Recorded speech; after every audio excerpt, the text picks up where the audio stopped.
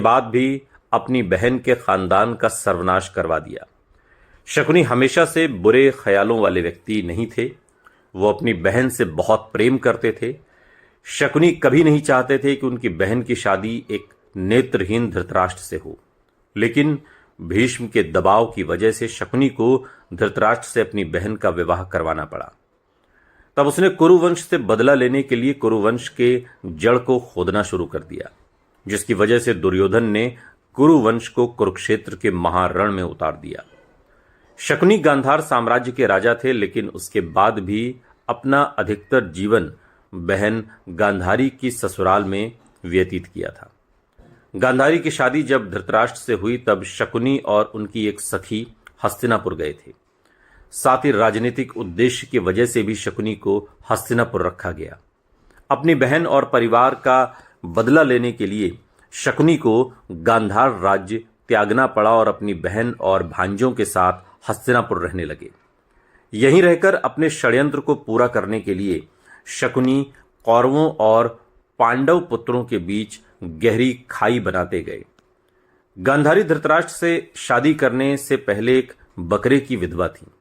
किसी प्रकोप से मुक्ति के लिए ज्योतिषियों ने गांधारी का विवाह एक बकरे से करवाया और फिर उस बकरे की बलि दे दी गई। उसके बाद धृतराष्ट्र से उनका विवाह हुआ। यह जानकारी जब धृतराष्ट्र को मिली तब उन्होंने गांधार राज्य पर हमला कर दिया और गांधारी के पिता राजा सुबल और माता सुधर्मा शकुनी समेत 100 पुत्रों को जेल में बंद कर दिया।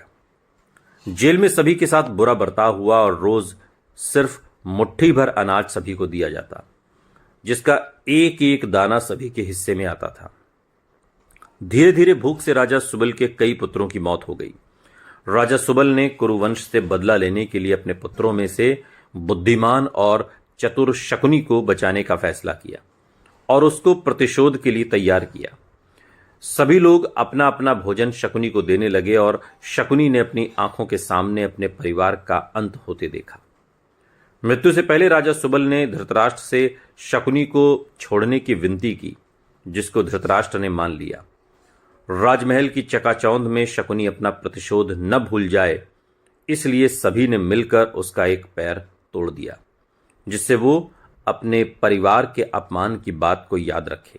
और तब से शकुनी लंगड़ा कर चलने लगा।